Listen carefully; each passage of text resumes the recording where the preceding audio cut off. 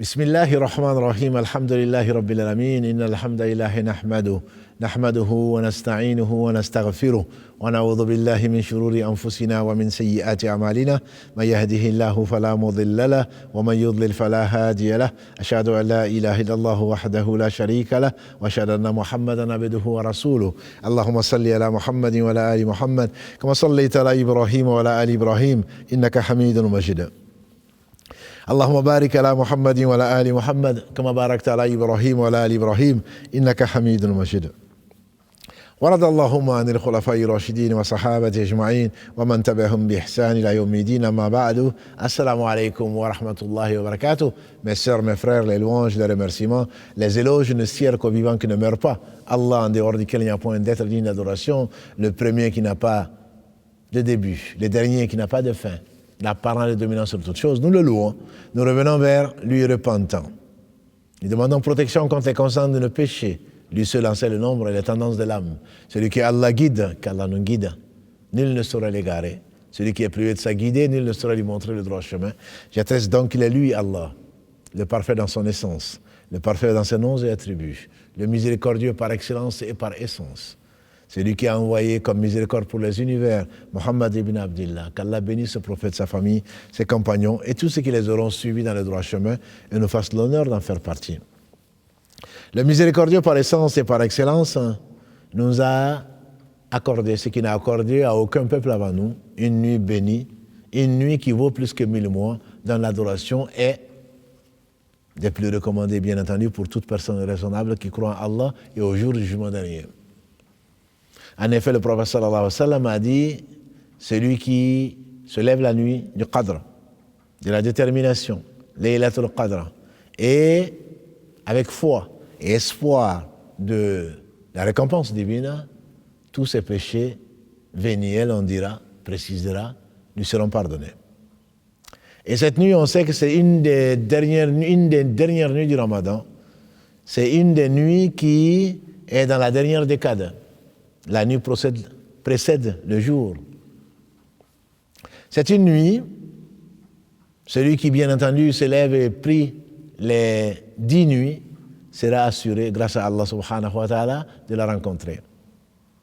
D'autres qui préfèrent les nuits impaires, puisque c'est dans l'une des nuits impaires, mais je vous rappelle mes sœurs et mes frères, que les nuits impaires dépendent du calendrier.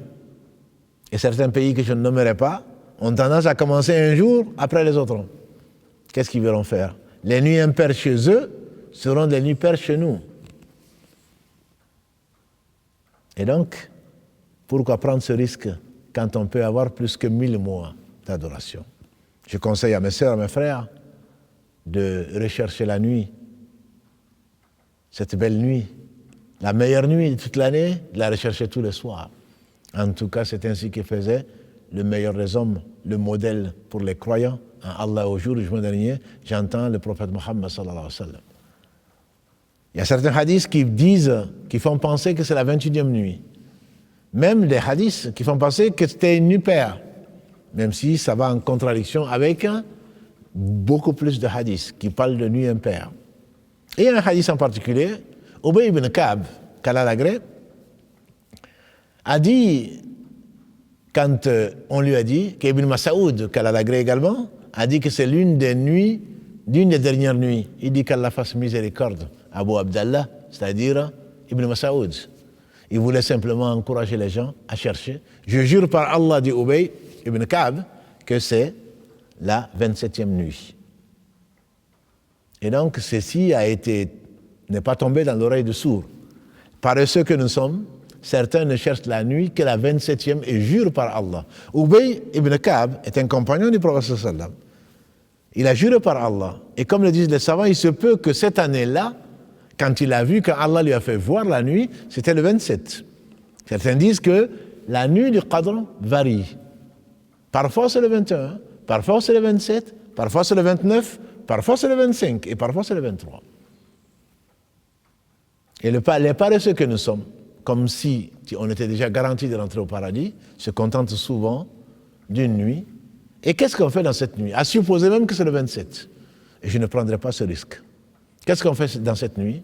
Souvent, les traditions veulent que l'on passe la nuit à manger. J'ai déjà entendu, et c'est faux, que celui qui mange, bien manger, cette nuit-là, il ne va pas mourir dans l'année. C'est ridicule. وَلَا تَدْرِي نَفْسٌ مَاذَا تَكْسِبُ غَدًا وَمَا تَدْرِي نَفْسٌ بِأَيِّ أَرْضٍ تَمُوتُ إِنَّ اللَّهَ عَلِيمٌ خَبِيرٌ. Allah dit à la fin du dernier verset de la sourate Luqman, sourate 31, personne ne sait ce qu'il va avoir demain, et personne ne sait non plus sur quelle terre il va mourir, personne ne sait quand il va mourir.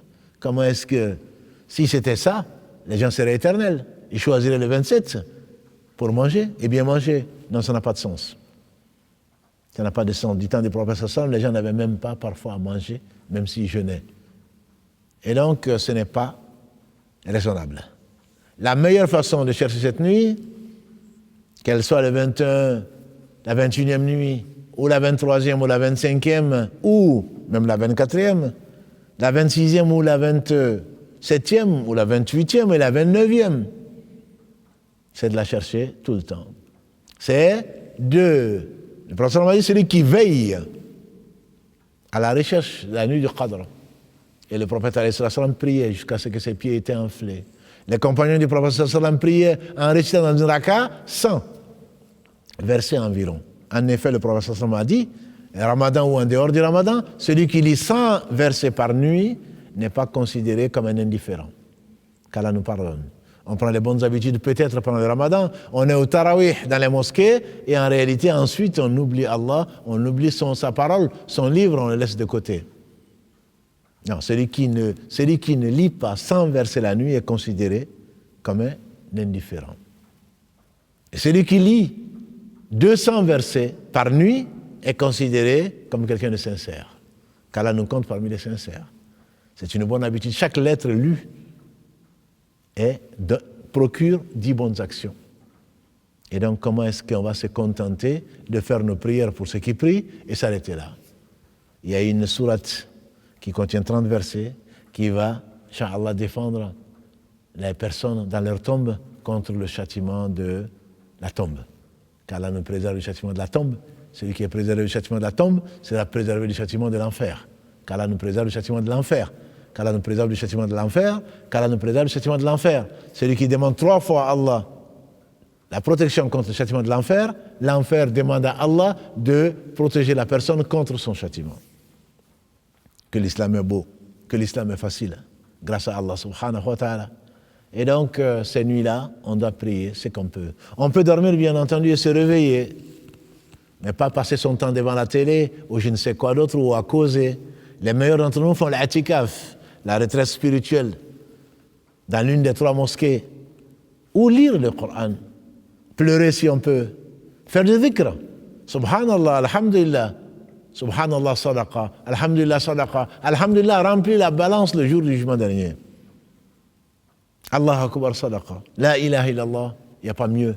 Si la ilaha illallah disait Allah subhanahu wa ta'ala à Moussa alayhi salatu salam, ya Moussa, si les 7 cieux et leurs occupants, hormis moi, et les 7 terres et leurs occupants étaient mis sur un plateau de la balance, et la ilaha illallah sur l'autre plateau de la balance, c'est la ilaha illallah qui l'emporterait. On invoque Allah. L'invocation, comme l'a dit le prophète sallam, ad-du'a huwa al-ibada. Tu veux connaître l'adoration, c'est le dua. Et on finira, Inch'Allah, par celui-là. Ce beau hadith, le prophète sallam, sa femme, notre mère, Aïcha, qui lui demande, Ya Rasulallah, si Allah veut me gratifier de voir cette nuit, qu'est-ce que je dis?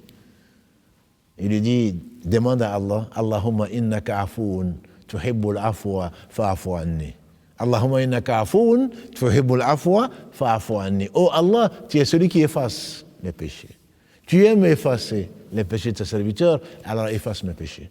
Allahumma innaka afoun, tuhibbul afwa, fa'afu anni. Allahumma innaka afoun, tuhibbul afwa, fa'afu anna. C'est ce qu'on demande à Allah subhanahu wa ta'ala, d'effacer tous nos péchés, les premiers comme les derniers, les anciens comme les nouveaux. Ce que nous connaissons et ce que nous ignorons, que Allah seul connaît, qu'Allah seul sait subhanahu wa ta'ala, qu'il bénisse Mohammed, sa famille, ses compagnons, et tous ceux qui auront suivi le droit chemin nous fassent l'honneur d'en faire partie. سبحانك اللهم وبحمدك أشهد أن لا إله إلا أنت أستغفرك وأتوب إليك سبحان ربك رب العزة عما يصفون وسلام على المرسلين والحمد لله رب العالمين والسلام عليكم ورحمة الله وبركاته.